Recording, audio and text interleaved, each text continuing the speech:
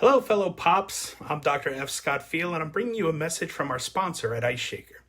My diet's always been a little bit messed up most of my life, and I recently started trying to take back control of my health. And one of the issues my doctor pointed out was that I needed to make an increase in my protein intake. Now, I can't eat chicken breasts all day, every day, so protein shakes and powders have become a big help. Ice Shaker and its built-in removable agitator is an amazing product. They come in a bunch of sizes and colors, and you can even get inscriptions and logos on them. They're stainless steel, double wall insulated, and hold ice for 30 plus hours.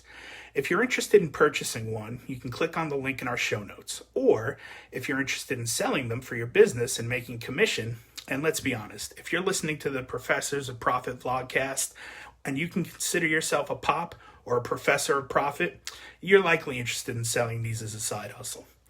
You can click on that link in the show notes as well. Or you can reach out to me directly on social media. I'm pretty available there. I love Ice Shaker, and I'm betting you, your patients, and your clients will too. Ice Shaker, let's shake things up. Now let's start the show. Hello, everybody. Dr. F. Scott Feil here, and we've got a special episode for you today. We're just going to call this one the Student Loan Forgiveness Update episode. Brought in a special guest, somebody that's been a friend of the show for a long time now. Close personal friend, Chris Varela of Varela Financial. Chris, go ahead and tell our audience a little bit about what you've been up to lately and how this whole student loan forgiveness thing is going to affect us. Yeah, so business has been crazy even since payments have been zero and you haven't really had any obligation to do anything on your student loans. But there's a lot of people out there that research enough to figure out, hey, there's probably a way where I can be proactive and get this to actually use or work to my advantage, but then they don't really know the next step. So that's kind of where we come in. So business has been really good. We've been super busy for obvious reasons in the past couple of weeks now with all the changes that have went on with all just the changes to the federal loan system in terms of loan cancellation. Am I going to get $10,000? Am I going to get $20,000? Does this actually affect me at all? Does this significantly affect me? All these different ways. So again, we've been getting hounded in a good way with questions. So I figured probably a good time to hop on a call and address some of these things and I don't know, broadcast it to a wider audience. Yeah, let's start there. I personally think, I'm not positive about this, I need to do a little bit of research, but I think I might have had a Pell Grant back for undergrad Yeah, because I was responsible for taking care of most of my undergrad tuition by myself. My parents helped me a little bit, but so I think I may have had a Pell Grant. I got to do some research, but essentially what it comes sure. down to, the government decided that they're going to give possibly about $20,000 worth of student loan forgiveness for those that have had Pell Grants and $10,000 for those that have not, correct? That's where we're at? So I think it's that. So yes and no. I think it's $10,000 for anybody that has federal loans, period, as long as they made under $125,000. And I think the thing to distinguish here, and they haven't really firmed this up, but my gut is telling me that it's probably going to be based off the income you made in 2021. So basically, the government has access to all your income information, especially your most recent tax return. So if the forgiveness comes by the end of the year, which it likely will be, it'll most likely be based off of what you made in 2021. So as long as you made under $125,000 in that year And I on thought I paper saw 250,000 maybe for household for incomes, right? household. So yeah, so 125 if you're single, 250 per year if you're married, filing jointly, or head of household. Now, I believe the $20,000 is that you're basically going to get forgiven up to $20,000. So $20,000 of a Pell Grant is generally not going to be forgiven, but you might have federal loans and a Pell Grant, which gives you up to 25 or up to $20,000 of forgiveness. So it's basically $10,000 a piece for that. But if you have one of each, you get up to $20,000. Gotcha. Okay, so that's our starting point here. Yeah, I personally, like I said, $10,000. It's nice. Obviously, I'm not going to yeah. say no to it, but at the same time, not a huge fan of the decision. I don't care either way. My mind is, hey, I took on the student loans. It's my responsibility. I need to figure a way to get it fixed. I need a way, Yeah. figure out a way to pay them off. I'm cool with that. I've got my system down. I'm doing what I can do. Hmm. Some people are for it. Some people are against it. Tell us a little bit about your thoughts on just the government's decision in general. 10,000 in the world of healthcare and the world of physical therapy isn't really going to do too much to a whole lot of people's overall big picture. But what are your thoughts on it? Yeah, I think it comes down to percentages, right? Like, so, and it's actually good timing. So right before we did this call, I had a consultation with a physical therapist, and her spouse, and she has $180,000 of student loan debt, all federal, and her fiance, he has $22,000 of federal student loan debt. Perfect example, right? One person's getting 50% of their loans forgiven or canceled. The other is getting less than 1%, right? Well, maybe not less than 1%, but less than 5%. So that's it's a one person, huge impact. One person, it's a drop in the bucket. So most people that are probably listening, if you're a PT, unfortunately, if you have like a high six-figure amount of student loan debt, it is a drop in the bucket, and then easily you can kind of go into the spiral of, well, this doesn't really help me, or in general, my perspective is that, does it help the people that have a problem with student loan debt? I don't. Do I think that it's going to increase taxation for American citizens? Yes. Well, it's not that I think that's going to happen. Like, that is going to happen. The money has to come from somewhere. Is the money increasing? So give me 1 second. So is the money going to increase the total debt amount in the country? Yes. Again, like, we're kind of giving money out, so now the country is going to more debt. So how do they get themselves out of debt? They charge taxes, right? They make us pay taxes.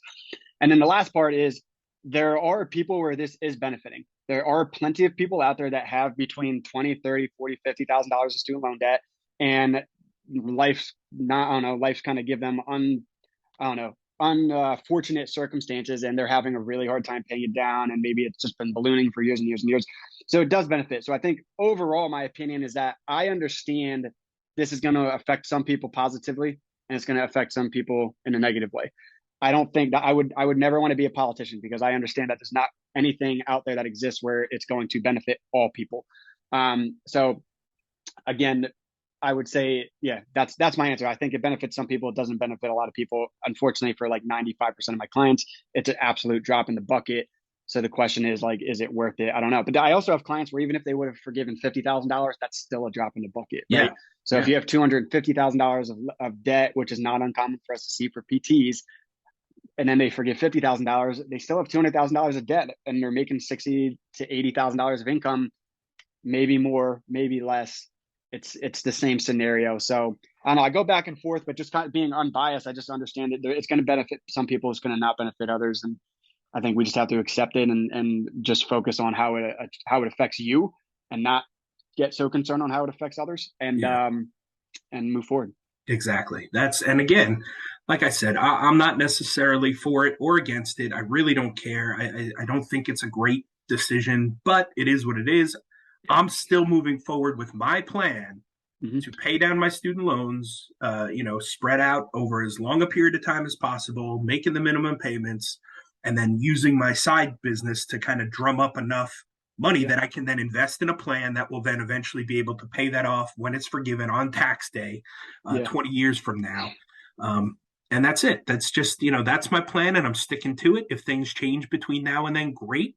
If the side business does a little better and I can pay off a bigger chunk, maybe I do that. I don't know. We'll have to see and evaluate it as it comes. But the first step still has to be to evaluate your current situation, because Mm-hmm. everybody's different, and there's 8 to 10 different repayment plans, and they're all better for different people's situations. Yeah. So, and that's kind of where you come in, right? And that's where you kind of Yeah. help start the path, and help people figure out what plan is best for them and their lifestyle, what they want to accomplish. Yeah, absolutely. I mean, that's exactly what we do, right? So we ultimately, and I tell people in the beginning of any of our calls, I was like, our job is really just to fill the void that exists regarding what your options are and what those options look like mapped out within your individual scenario, not just based off of now, but also based off of future things. Like, how is your plan going to change if you get married? How's your plan going to change if you have children? How's your plan going to change depending on how you file your taxes with your spouse? Those items have significant impacts on the short term and mainly the long term outcome of these plans. You have to map these out. The thing that sometimes makes me a little nervous is that, and this is probably something good to discuss, but what makes me nervous is the people that know it's a problem and don't address it. And then the bigger issue I have with that is that those seem to be the same people that play victim.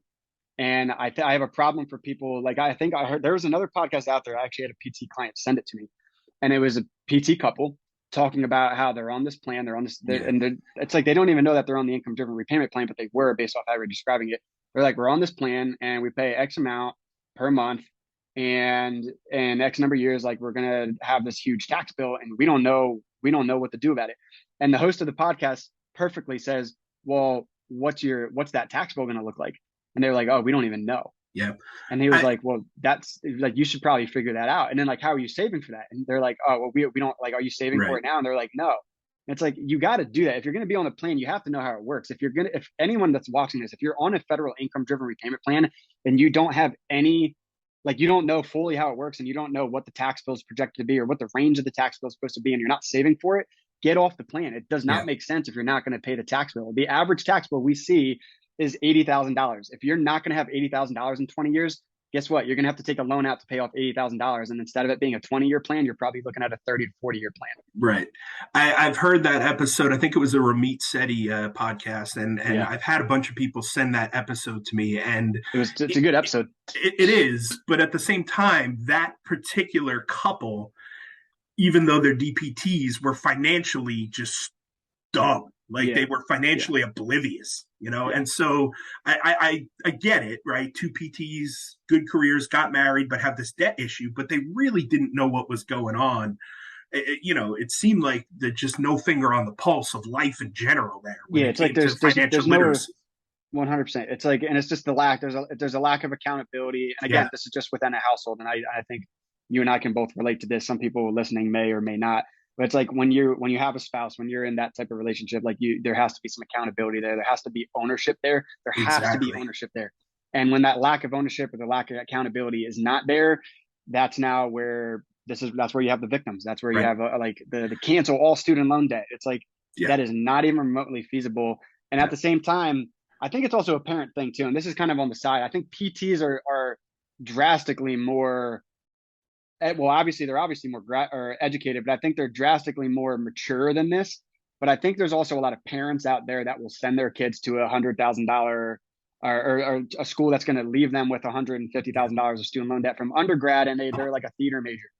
And it's like why? Like, why? I don't understand why parents, maybe they're not suited to do that, and that's okay. And I understand that. And again, there are resources out there if you can find them. But as a parent, you have to educate your child on what their financial situation looks like. Because I think you have a PT that is fresh into PT school, and they're looking at potentially being $150,000 to $200,000 plus in student loan debt. But they're like, but it's okay. Like, I'll make money. Like, I'll be making like 70, 80, maybe $90,000 a year. Like, that's plenty of money. And then, but it's like, you have to understand it's not. You have to understand the math. It's like $90,000 of gross income equates to how much net income, how much are you going to lose from taxes on a yearly basis, and then divide that number by 12. That is what your monthly take home income is. So if you're looking at $200,000 of debt, and you have maybe $5,000, we'll say $5,000 of take home income per month, and your standard 10-year plan is going to be almost $3,000 a month. Yeah, you have to understand that's not feasible. So then you have $2,500 going into a debt, or $3,000 going into a debt, maybe a minimum $1,000 going into rent, and you have maybe $1,000 left over to save, pay bills, feed yourself, like car payment. It's literally not enough. So I think parents in general need to do a better job of really helping their children understand the financial aspect of it. And I think that would solve a lot of the issues that we see as well. Big time. I don't want to harp on this. I don't feel like the victim here. I'm not the ostrich, put the head in the sand and just forget about it and it'll go away. That's not me, right? But I do feel a little bit like I got sold the lie in high school of get the best grades, go to the best school, get the best job, get the best degree, right? And so I went to a private school for undergrad. Then I went to a state school for grad school for my master's in PT, which was nice. But then I went to a private school again for the transitional DPT and the EDD. So I ended up with about $140,000 in student loan debt, which, given the fact that I've got a master's and 2 doctoral degrees and a BA in English, not that bad really in today's standards, right? Because nowadays the debt to income ratio for PTs is terrible. Yeah. and getting worse, right? But again, Yeah. it's like you said, I'm preaching to my kids, please, please, please go to community college for 2 years, get straight A's, go to a state school for 2 years. They'll give you scholarships because of your grades or whatever sports you want to play, whatever. And then after that, if you want to go to a grad school that maybe is private, we can talk about it. I'll probably have enough money for you by then anyway. But if you do that, that way from community college to state school to wherever, it's going to be more feasible. It's going to be more affordable. And if you don't want to go to college, that's fine too. I get that. Like, Yeah. totally cool with that. I'm not going to put pressure on you. I went to college, not saying it's right or wrong. I've learned that it didn't matter what I did or what my degree was in as long as I Yeah. leveraged it, right? And then at some point in leveraging all those degrees, that's what helped me start the side business, right? Start my own mobile physical therapy practice. And then my master class, right? Where I teach people how to start a business and how to get extra income and more revenue coming in, because I felt like it was not fair to my family to put the $140,000 worth of debt on them. It was my Yeah. decision, it was now it's led me to some great opportunities, thankfully, and I've leveraged it very well. All of the degrees, Mhm. I didn't even think I was going to teach. And now here I am teaching full time, right? But it Yeah. affords me the flexibility to do what I want to do, when I want to do, how I want to do, and work on the side businesses, the passion projects, all these things I love to do, speaking gigs, coaching, teaching, all of it. It's great. So I'm living the life, man. I'm totally cool with my situation. But we Yeah. need to get more people that are cool with their situation because, Yeah. again, college doesn't even make a whole lot of sense unless you need a degree that gets you a license that you have to sit for and you need to hit those benchmarks. Then I understand it, right? Doctors, lawyers, PTs, dentists, whatever. You need to go through that process to get the outcome, the goal, the license, right? Yeah. So then college makes sense. But even then, I still think it's, community college to state school to hopefully another state school for graduate school. But Well, what gets tough, Scott, is the issue. Just using the example, a physician is going to go to medical school and they might take on north of $500,000 a year, and then they get out of school, they do their residency, they do their fellowship, but then outside of that, I mean, it's not totally uncommon for a physician to be making $500,000 a year, depending on what they're doing, what network they're in. Maybe they work for a private practice, maybe they have their own practice. Especially they get into their own practice, sky's the limit, right? You're taking on $500,000 to go into an industry where you can make $500,000. Think about an attorney. Attorney goes to law school. They might spend $250,000 student loan debt. I'll tell you right now, we have attorney clients that work in big law, and they're not even 30 years old yet, and they're making over $250,000 a year. You can do that. The thing that irks me with the PT industry is that I will consistently have PTs that basically essentially come through our doors with $200,000 of student loan debt, and they are not working in an industry where they're going to make $200,000. Can you make $150,000 in home health? Yeah, you can. We have clients that do it. Do they understand that they're probably not going to do that when they get married and have kids because it's not feasible for a lifestyle? Yeah, they understand that as well. So they understand that it's temporary. Can you make a lot of money if you work PR rates or you're working full-time hours? Yeah, but like, how do you find that job? It's not common for you to, it's not easy to find that job. So again, we have PTs that make good money, but outside of self-employment, you are not entering a field where you're going to be making enough money to be in a debt to income ratio of 1 to 1. Right. So I don't know how it's gotten so bad. You might know. I don't know what went wrong in the PT industry where the doctorate programs, where if someone was sitting at a desk and they were like, let's take this job where the median income is, we'll give it a high end $80,000. Let's charge them $200,000 of student loan debt. It almost sounds like a social experiment. It doesn't make sense. Yeah. So what happened there, it really goes back to our history, right? The very beginning of physical therapy started with a bunch of nurses, right? They branched out and started exercise and rehab science, and then that became the field of physical therapy. But because it started with nursing, they took orders from doctors and then started out the plan of care for physical therapy, right? So we're in a field, in a profession that has been taking orders like for years and years and years. And when you switched over to the doctorate, you didn't become the primary, physician or the primary care practitioner that a DPT should become, right? So we're still having to accept orders from doctors, and not in all states, but in a lot of states still. And for insurance purposes, there's still a lot of doctor's orders that are needed for physical therapy, right? So physical therapy is kind of being looked at from insurance and from a Medicare standpoint as a modality, right? Instead of a profession.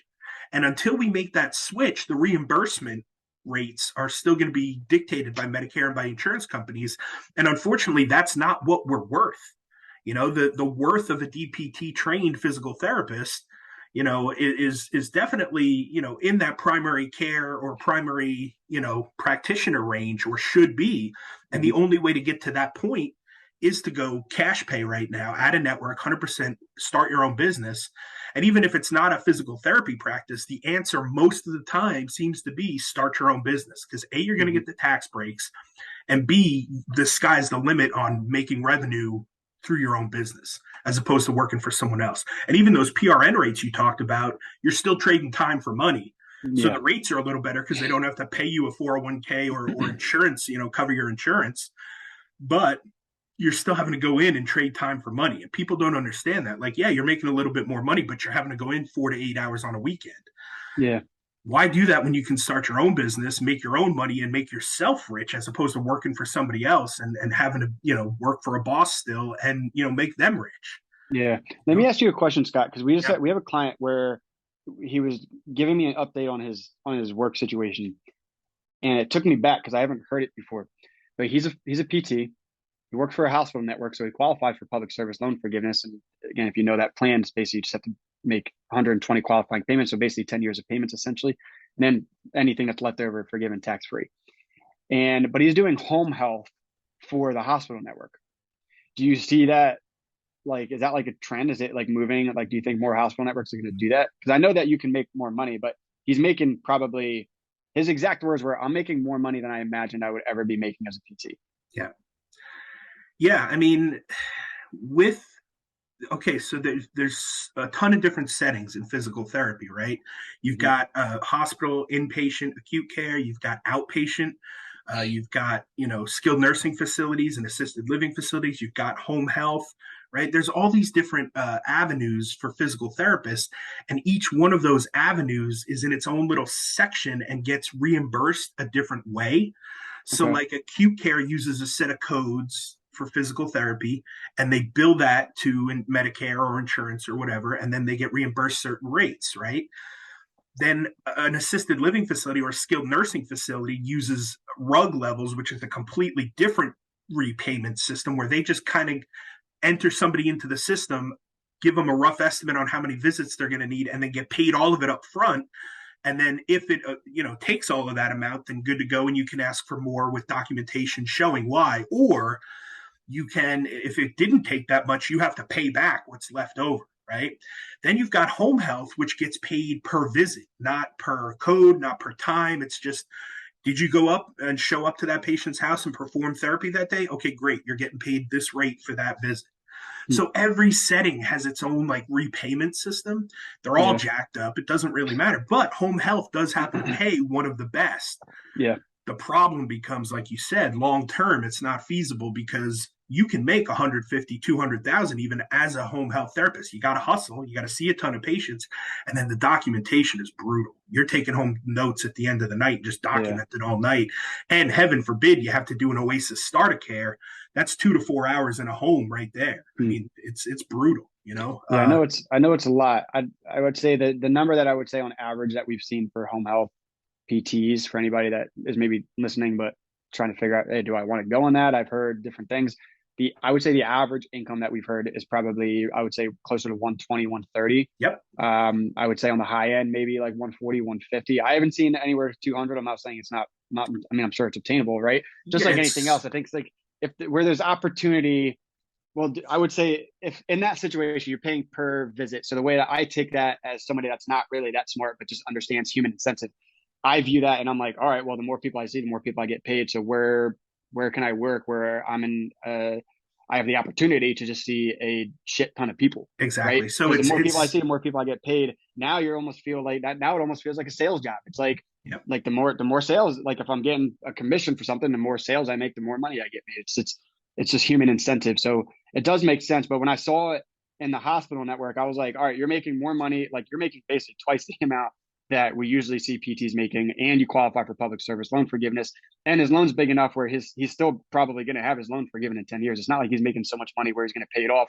I think there's a misconception somewhere where someone that's making $70,000 looks at somebody that's making $140,000 and they think it's like this astronomical amount of extra money. In reality, it's really not that much in terms of what you're taking home more per month to month, especially if you increase any lifestyle as you go, which people generally do. The more money you make, generally, the more money you spend. So I think for anybody looking to get into that, it just feels like I don't think I've had any clients where they're like, I'm going to do home health and I want to get married and I want to have like 3 kids and I'm going to stay doing home health. They're all like, well, I can't, if I'm going to have a family, I can't really do home health because I'll literally never be home. And then when I am home, I have to do documents. Yeah. So I've done home health, right? I enjoyed it. It was a great setting. It did make me a lot of money. And like I said, it was right for the right time while my kids were young. It didn't matter. It was flexibility, so I could drop them off at school, then go see a bunch of patients, then come pick them up, bring them home, then go out and see a couple more patients. And it worked really well when I started my own cash pay business because I could weave those patients in amongst my home health patients. The payment, getting paid that much to do that job depends on the city you're in for sure. Yeah. Definitely the amount of patients. Now, the good news is if you had contracts with certain nursing homes, you could go in and see 4 or 5 patients in a matter of, 4 hours, just go down the hall and knock all 4 of them out. Some of them were husband and wife combos. Some of them you're going to a home where it's a husband and wife, seeing them both as patients. There's definitely some benefits to home health where it's like, yeah, you can really rack them up, but it doesn't always work out that way. And schedules change, things happen, So it's a good setting, I think, especially for people that are just getting started and looking to do that. You're going to see a lot more different models. I think Fox Rehab is an example of one of those where they do Part B in home physical therapy. So it's home health, but it's almost like an outpatient billing situation through Medicare. So, you're going to see a lot more of those. You're going to see a lot more mobile therapists just going cash pay out of network, right? Because they can control that. That's their own business now. You got to find your own benefits and 401k stuff if you're looking to do that. But that may not also matter that much, especially if you're young and just getting started. The other option I think that's pretty good is travel therapy. I did that right out the gate for a year. And then, there's tax benefits to that. You get stipends for living outside of your radius. That's great. They pay pretty high. You can command a certain level of payment. And again, you have to be a little flexible. You can tell them the city you want and maybe the rate of pay, and then they'll put you in a setting, but you can't usually get all 3. Sometimes you can, but that's a good option if you're looking to pay off big chunks early on. But the moral of the story, the end of the day, you've got to find the lifestyle that works for you first, then figure out how you're going to do this, how you're going to approach this, what setting you're going to work in and why. Yeah, it's like a psychological approach rather than a financial approach, because the financial approach is just going to leave, especially for PTs. You're going to burn yourself out because they're going to be like, well, I need to get this full-time job. I need to negotiate a ton of pay. I need to work PRN all the time. And it's like, why? So that you can drain yourself for 8 to 10 years and then pay off $200,000 a loan off as aggressive as you can. Like you just won't have the cash flow to do it. I was guilty of that 100%. I chased that ever increasing salary and it got me nowhere. It got me just miserable and burnt out. And luckily I changed that, halfway through my career and started seeking the best benefits package as possible because that's what mattered the most to us. For my wife, right, who's type 1 diabetic, I needed the best bang for my buck in benefits. Now I found that, and I've found the flexibility and affordability of my time freedom now to then go out and pursue the things I want to do. So like I said, I'm pretty happy with where I'm at in my setting and my situation. We just need to find that for more people. Yeah. And I think like the message of understanding, like any physical therapist that has like over, I hate to even put a number on it, because then I know if somebody's listening to it and they have just under this, they're going to be like, oh, this doesn't pertain to me. And it still does. But I would say, if I had to put a number on it, I would say any PT that has like over 110, over 120 or $30,000 of student loan debt or more, because some people significantly more, you have to understand, like, if you want to know if they're like, if you're thinking there, oh, I just wish there was an option where I could like not have to pay like big monthly payments, but also not pay for like 25 or 30 years. And also not just minimize my monthly payments, but also minimize my long-term costs. I wish that exists. I wish I could just like take the industry as a whole and be like income driven repayment. Like, just that's what you need to be doing, in my opinion. Again, some people want to say, they want to put their hat on. They want to be like, hey, I want to do the honorable thing. I want to pay off my debt in full. I want to do the Dave Ramsey option. You can do that. No one's ever going to stop you. I'll tell you right now, the government is never going to turn down the interest and the principal that you pay into your federal loans. They're never going to do it. And they'll tell you, hey, you should pay it down sooner so you save money on interest. They don't really actually care. Yeah, they they're just want their money. But they want the money. But on the flip side, people are like, well, if I can get my loan forgiven and I can minimize my payments for 20 or 25 years, and then I have a tax bill, so I'll save for that as well. And I understand that there's an extra cost with saving for a tax bill. That's like some of the bullshit that we get from some of our social media advertising or marketing, where they're like, oh, this case study doesn't include the savings for the tax bill, but it does. Yeah. Literally, it contributes all costs. But it's like, you just have to understand how efficient these plans are. And we've had times where people were like, I had an outlier case where these people were about to get married, or maybe they were already married, and they wanted to have like 6 kids, and they wanted to be missionaries. They wanted to go around the world and do missions, right? And I think that's awesome. But their goal was that they wanted to pay their debt down aggressively as they possibly can. This guy had like over $180,000 of student loan debt. He's a PT. And the wife was like a teacher or something with a little bit of debt.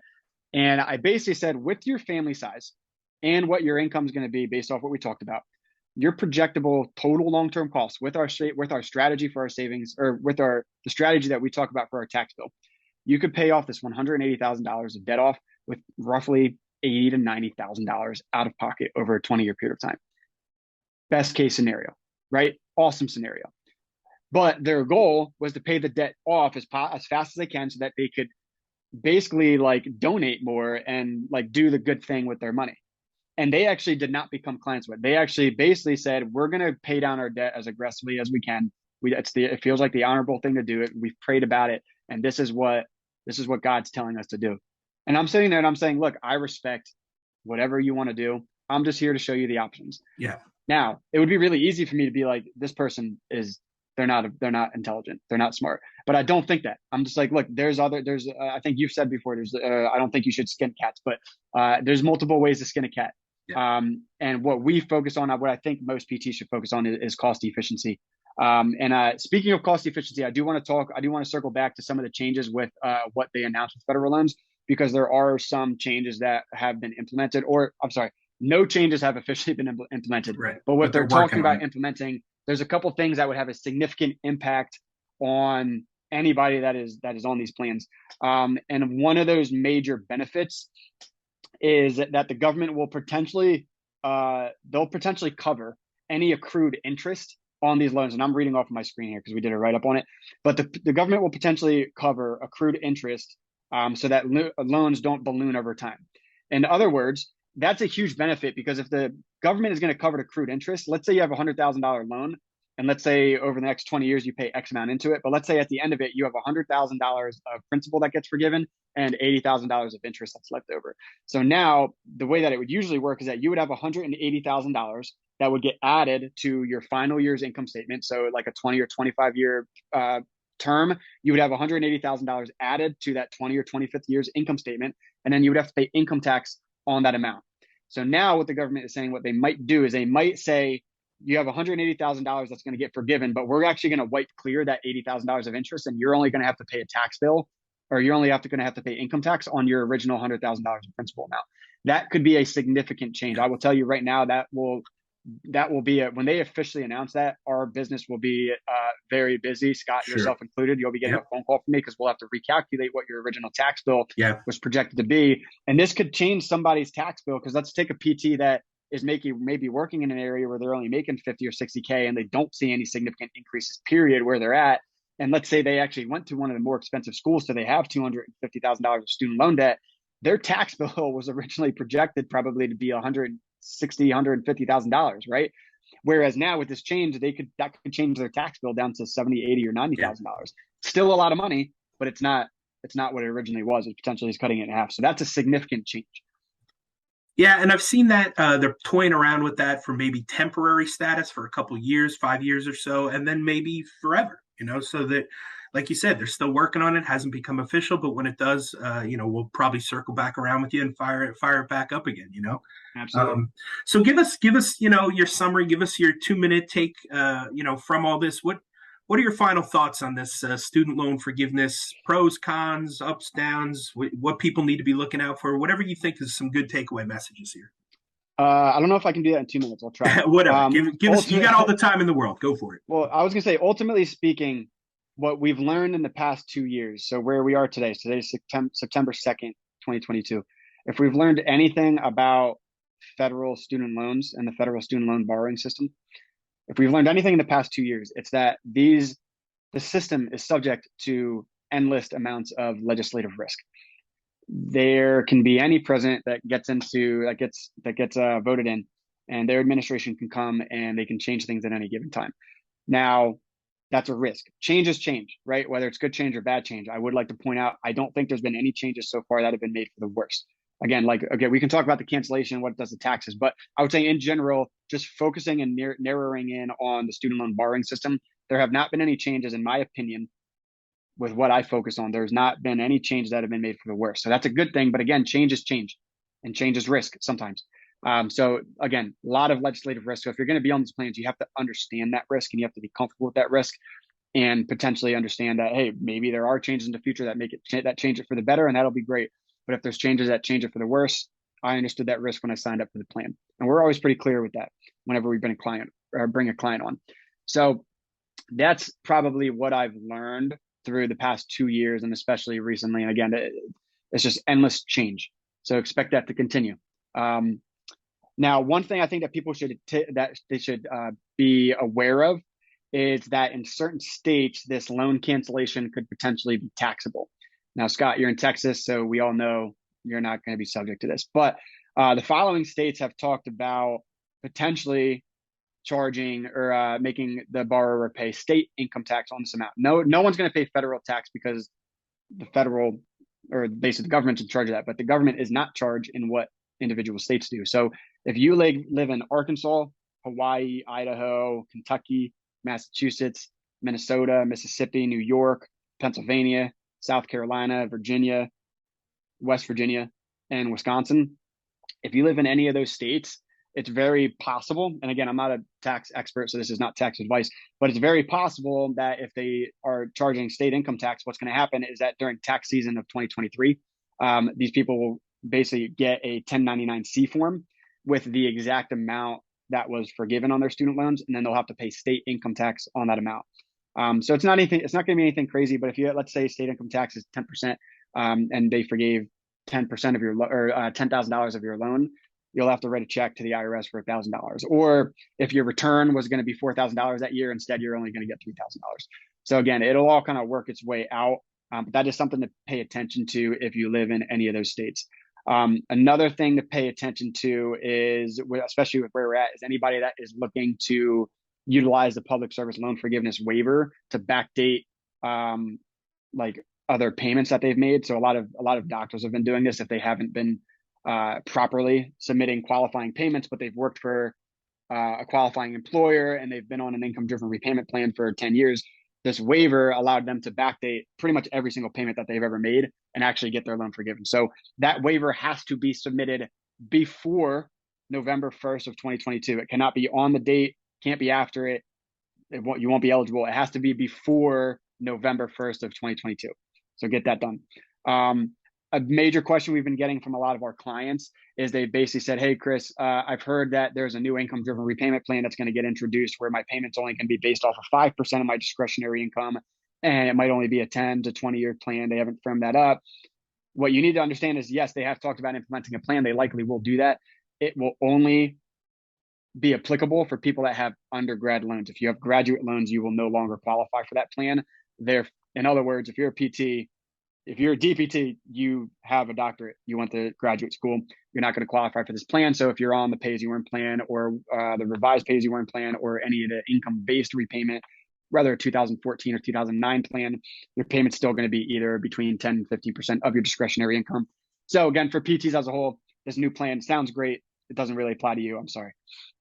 And then one of the last ones, Scott, is excuse me, if you make, they have talked about if you make less than 225% of the federal poverty line based off of your household, then your payment on an income-driven repayment plan will actually be zero. So a little bit of math that I did on this. So basically, if you have a family size of 2, so if you're married, your family size is 2. If you have a child but you're not married, your family size is 2. But if you're married and you have 2 kids, your family size is 4, right? So this is definitely something, if you're in that scenario, to look out for it, because we definitely have PTs out there that have a family of 3 or 4, and they might only be making $50,000, $60,000, $70,000. So an example is that if you're married and your household is 2, or I'm sorry, if you're married and you have 2 kids, so your household is 4, this 225% of the federal poverty line would be $62,000 a year. So in other words, if you're a PT and you're married and you have 2 kids and you're on an income-driven repayment plan and you make $62,000 a year or less, your monthly payment on income-driven repayment would actually be $0 per month, which would be best case scenario, because the best way to utilize a federal income-driven repayment plan is to minimize your monthly payments and seek as much forgiveness as you can, and then create a strategy for your tax bill on the back end, because any dollar that gets forgiven on the back end, you're potentially only responsible for like 30 to 40% of that, which means that you're basically getting a potentially 60 to 70% discount on anything that just gets forgiven, rather than paying 100% of the money owed on the front end. So that's generally how you want to approach these plans. So that could be a major item for people in that scenario. But I think those are the biggest items that we've heard. I mean, some little things, again, not getting political, but I would say like this final extension, this is the second final extension they've had in the past 12 months. So do I think it's going to be the final extension? I literally have no idea. I wouldn't be surprised if it was the final extension. I also would not be nearly surprised if it was not the final extension, then they extend it again. So again, that's probably the last thing to add. Yeah. Well, Chris, thank you again so much for your time, man. It's always a pleasure to catch up with you. This really helps, I think, with knowledge for the audience. Where can people reach out to you and find you on social media and stuff if they need to get in touch with you and want to learn more about your services and what they need to know coming down the student loan pipeline? Yeah, I mean, the best way to reach out is just on an individual basis. So just go to the website, which is varelafinancial.com, and just schedule a 50-minute call. This is unfortunately not a one-size-fits-all type of financial planning or financial service that we do. Our strategies are similar and cases are similar, but every case is different. So if you're really looking for help, you're not going to find it on the studentaid.gov website. You're not going to find it on our website. You got to schedule a call and talk with us and really talk through your case. So again, you can find us on the website. We're on Instagram, we're on Facebook, we're on TikTok. We have a lot of video content, more to come as well. But yeah, I would say anybody looking for help, you gotta control this. Don't put yourself in a situation where you're going to have to play the victim. Understand your options. You don't have to pay down your debt aggressively as you can. There's other options. Just understand what those options are and what those options look like, map that within your scenario. And if you don't know how to do that, reach out. We're not the only company that does what we do, right? There's other companies out there as well. So reach out. It doesn't have to be us, but reach out and get help on this. Get professional help. Don't flinch at fees. It's worth it. If you have to pay $150 for a consultation where you save $80,000, good. Guess what? You're in the green. $79,000, right? So it's a significant value. Understand your situation, take ownership of it, hold yourself accountable, and get the solutions that are out there. Yeah, I have Chris to thank for changing my mindset on this. And my book, the second edition that's coming out now, has that mindset changing, because I was aggressively paying off my student loans. I was taking my side business and taking all the money I was making from it and throwing it toward those student loans, pay it down as aggressively as possible. And then I got to meet with Chris and said, well, wait a minute, there's some other options out there. Have you considered this, this, and this? Went through my whole story, went through my process, and I've now changed that to start paying it out as little as possible over the longer period of time, using the difference to invest and do other things with my money and make my money work for me. So like I said, I can't thank Chris enough for getting me on the right track and really starting my blueprint for then how I was going to move forward with my plan and my lifestyle. So definitely reach out to him. We'll put all the links in the show notes so people can find you easily. Chris, like I said, man, always a pleasure to catch up with you, and I'm sure we'll do it again at some point after all the changes are finalized and we finally start hearing what the real plan is. Yes, sir. Yeah, thanks for having me.